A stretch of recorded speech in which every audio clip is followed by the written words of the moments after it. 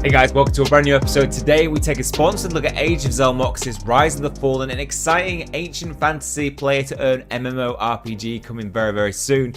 This game has already put out some really exciting footage on the game. So here we have some actual gameplay of what we can expect this universe to look like. We can see that its quality is top-notch. The shadows that are coming from the sun, the movement of the clothes as they walk. There's clearly a really good, talented development team behind this one. And today we're going to be talking about the game itself, the NFT capabilities within this, the token that they are launching very, very soon on Mmorpg Exchange and Bybit.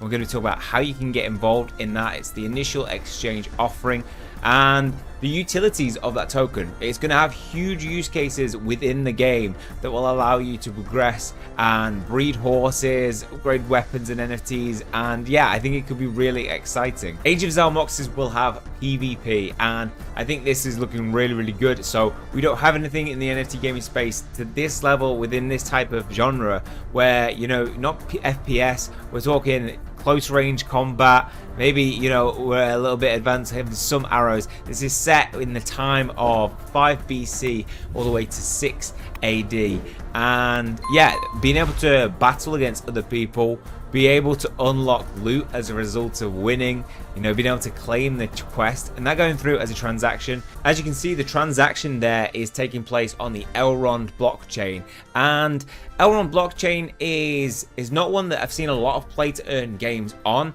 and that's quite a good opportunity because when a new game comes to a new blockchain, it usually does well if it's early. So when you take the likes of Krabada on the Avalanche network, CryptoBlades on the Binance Smart Chain, Axie on Ethereum network, they did so well because they were the first game type of those blockchains. So this could do equally as well. And I think the use cases for their in-game token are vast, so it's going to be really good for the economy of it. In the game, you will take the role of a proud Dacian champion whose body merges with a heroic soul. You fight otherworldly monsters and mortal foes who seek to further fragment the Dacian kingdom. You'll be able to join an incredible experience and profit from the blockchain and NFT integration. Now, as you saw, there was the battling with the sword, but there's also magical effects. So we had what I imagine is the red bar was health, green stamina, and blue is usually like mana and the magic that you can use to battle with. So that'll be a really interesting aspect to add to the game, that it's not just going to be about battling, it's about having spells as well to use in game. I think that will make the game really exciting, having spells to use in the game, as well as being able to fight with swords and bow and arrows. In the game, you'll take the role of a proud Dacian champion whose body merges with a heroic soul. You'll fight otherworldly monsters and mortal foes who seek to further fragment the Dacian kingdom. You'll be able to join an incredible experience and profit from the blockchain and NFT integration.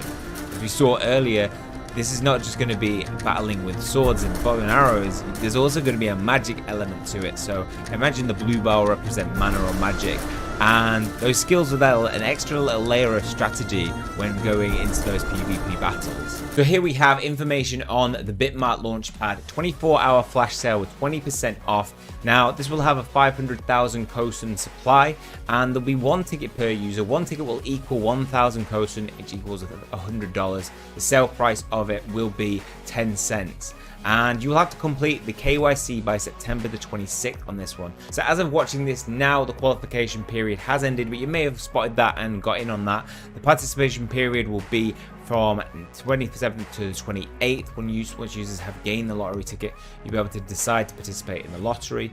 And in calculation period, the system will compute and finalize the winner list, and then there'll be step 4, the announcement and distribution of the KOSON token. Don't worry if you missed out on that, because they're also having the launchpad on Mmorpg as well. So this one is going to give you opportunity to get in today. With this one, out of the 270 million KOSON supply, they get 1 million KOSON to allocate to people. The public sale price will be 1 KOSON equals 10 cents as well. There'll be a subscription format, and the supported sessions will be MX token and USDT. Now you can choose to either commit either, and they will record your holdings from the 23rd to the 27th. The maximum amount of MX you can depends on the daily average of MX and USD in your spot wallet over that snapshot period. Now you probably want to hold MX if you want most of the tokens, as they get 800,000 KOSON to distribute. The minimum daily average amount to be able to hold during that snapshot period is 10 MX, whereas the max commitment during the subscription period is 100,000 MX tokens. The USD, on the other hand, has a 200,000 KOSON allocation, 10 USDT being the minimum average holding amount during the snapshot period. The max commitment during the subscription period is 1,000 USDT. Now, with the MX token being worth just under $1, there is a bigger max commitment during the subscription period for that. So you may have to put in a lot more USDT, obviously, because it's averaged over 4 days and you're going to miss out. So if you put in $40 US, that is going to average out as 10 USDT over those 4 days. The snapshot period ends today at 4 p.m. UTC pretty much. And the subscription period then will run from the 27th to the 28th. Then you'll have the distribution time 10:30 on the 28th of the 9th. And then KOSON USG trading, so if you miss out on both these launch pads, starts on the 29th of the 9th, so 12 o'clock UTC. Then you'll be able to have a chance to be able to trade the KOSON token. So if you do miss out on these, you can still pick up some of the KOSON token, which will have huge utility in the game, but also right now in the staking and the land sale that is going on right now. So the chests do require you to burn some KOSON alongside with the payments that you make. So let's get into exactly what the utility of this KOSON token will be. This launchpad sale comes after a successful private funding round led by Morningstar VC alongside with EGLD GGs, a big gaming guild on the Elrond network, Decorum GG, Atari Vision, SL2 Capital and RR2 Capital. Some big names going in on the private round, which is good to see for a game's reputability. So you pick up your KOSON token, you want to know exactly what you're going to be able to do with it. Well, staking is already open. Some of the pools have their own future NFT airdrops and benefits to be announced. The Plebia is the pool with the lowest APY, so annual percentage yield, up to 11%, while Basilius up to 138.46%. It's for the long-term strategists and has the most benefits on top. So staking is one way you can get in, and as you can see there, the different APYs that you can have in the different pools. The longer you stake, the more the APY will go up. Then we have it for the summoning ritual. So this will allow users to be able to create more future characters. To achieve that, an offering of the amount of KOSON is burned and a fee of KOSON is sent to the treasury to fulfill the staking and play to earn pools. This will prolong the rewards period. Now, then we have the land chests. So the land chests are available now to be able to pick up. Using Utrust, users can spend most of any type of main cryptocurrencies to buy land chests. Besides that, payment and offering a KOSON, as mentioned, is required to be burned. So until they can be opened in Q4, it's possible to stake them as well to earn more KOSON tokens. So if you buy some of the more expensive chests, they can generate a lot of KOSON over a long period. It might be worth never ever opening them, because over a 2-year period, you get a huge amount of KOSON. Then we have KOSON warming up on the MXC Global Exchange. And of course, the KOSON token will be on central exchanges where you'll be able to trade it for other currencies. There will also be horse breeding in the game, which you will need the KOSON token to be able to engage with. To breed horses, you will also need land. So let's go into the land sale that they have going on right now and see exactly what you can get from this.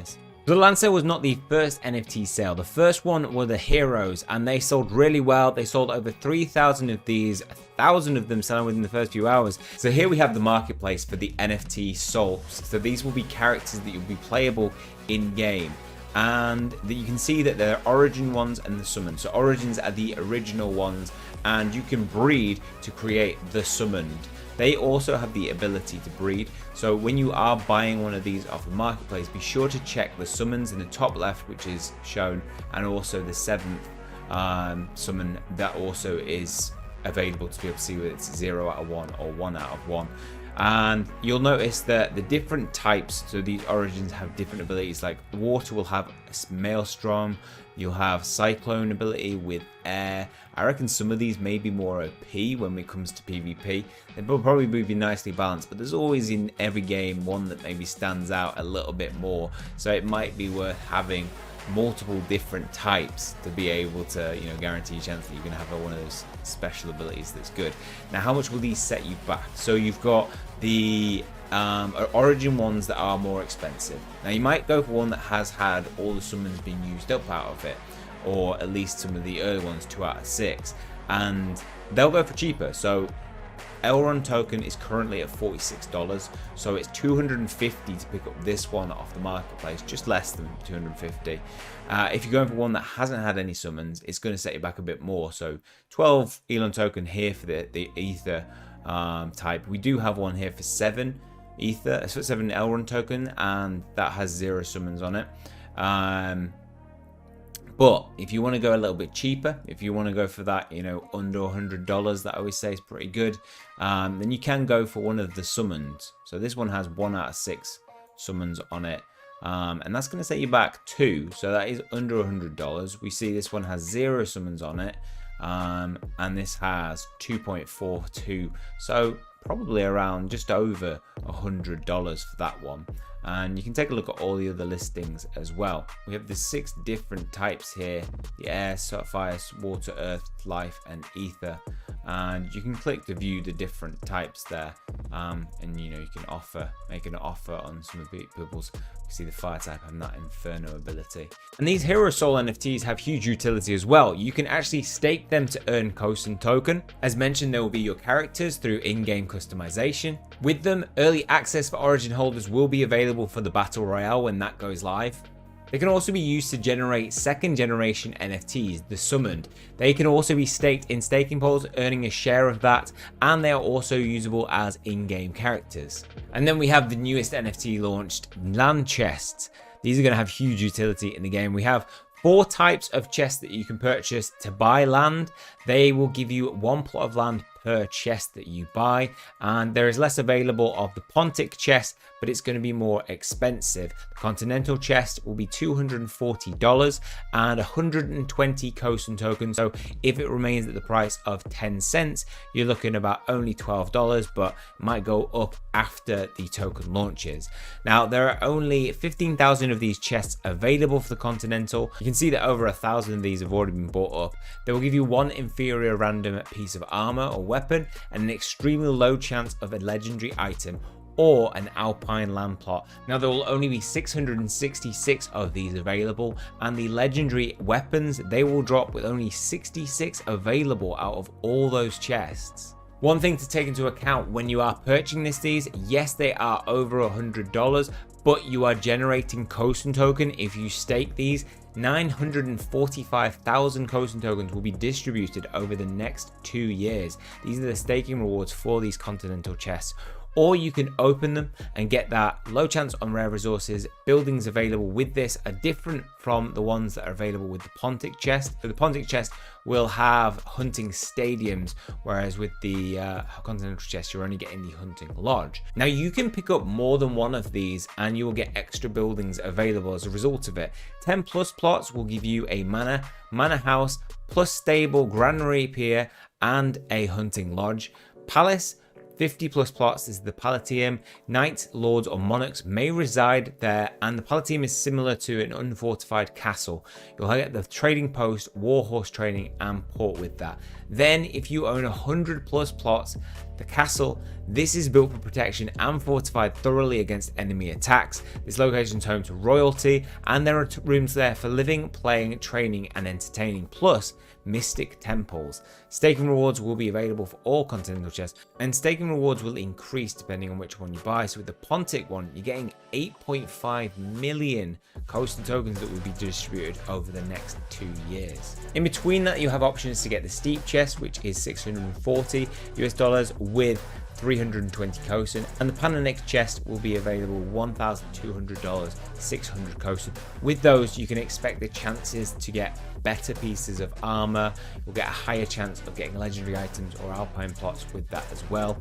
So you go from extremely low to very low to low chance to a chance of a legendary item and or an alpine land plot. So this offers you some interesting options here, because you can pick up some land, buy a chest, and you could use that in game, open it up, or you could hold it and continue to stake it for the next 2 years and continue to earn KOSON rewards. In Q4, owners of those land chests will be able to choose to unstake them and open the chest. Land plots will be in a form of a token representing its biome. Owning multiple land enables claiming settlements such as manor, house, palatium, or castle. Losing the chest staking rewards comes with the advantage of choosing where the settlements will be placed, located using the interactive map. Thus, upon opening the chest and selecting land plots, a new NFT will be minted representing the coordinates of the land plots chosen. There'll be no need to purchase multiple chests at one time. You'll be able to lay them down next to each other at a later date. You can choose which land plot you desire upon opening the chest. Know that land plots and claim settlements cannot be used to stake anymore after and yield the KOSON token. Land chests will also contain other items such as gear or tokens, allowing you to claim a land plot in the legendary Alpine biome. And of course, it's 10 plus plots, so if you owned 18, it would still be a manor. 83 would still be a palace. Now, it might be very useful to have multiple plots because with each land plot, you'll get the option to choose a business. So you might choose to have the business being a blacksmith or the business being a farm. So having more plots of land will give you more options in terms of having different buildings within your manor or palace or castle. Also, we talked about horse breeding earlier. That will only be available for people who have manors, so you have to have more than 10 plots to be able to engage in the horse breeding. A really interesting thing that they've done as well is they've made a partnership with a Institute of Archaeology in Romania to develop true metaverse ruins and environments. So they're really trying to bring this realism to their game. The game itself is developed with Unreal Engine 5, so you can expect it to function really well. And being an MMORPG, it's going to have a good, RPG element to it in terms of storylines and characters and development. So I'm really looking forward to that aspect of it as well. The game itself will have a cross-chain bridge to ETH and Polygon for NFTs and later native tokens.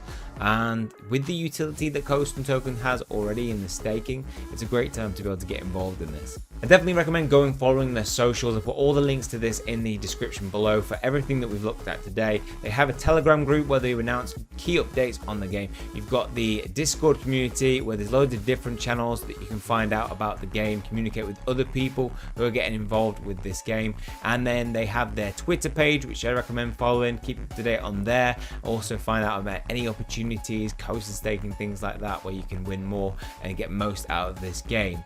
Okay, that is all for this one. Hopefully you guys have enjoyed it. If you have, please leave a like on the video.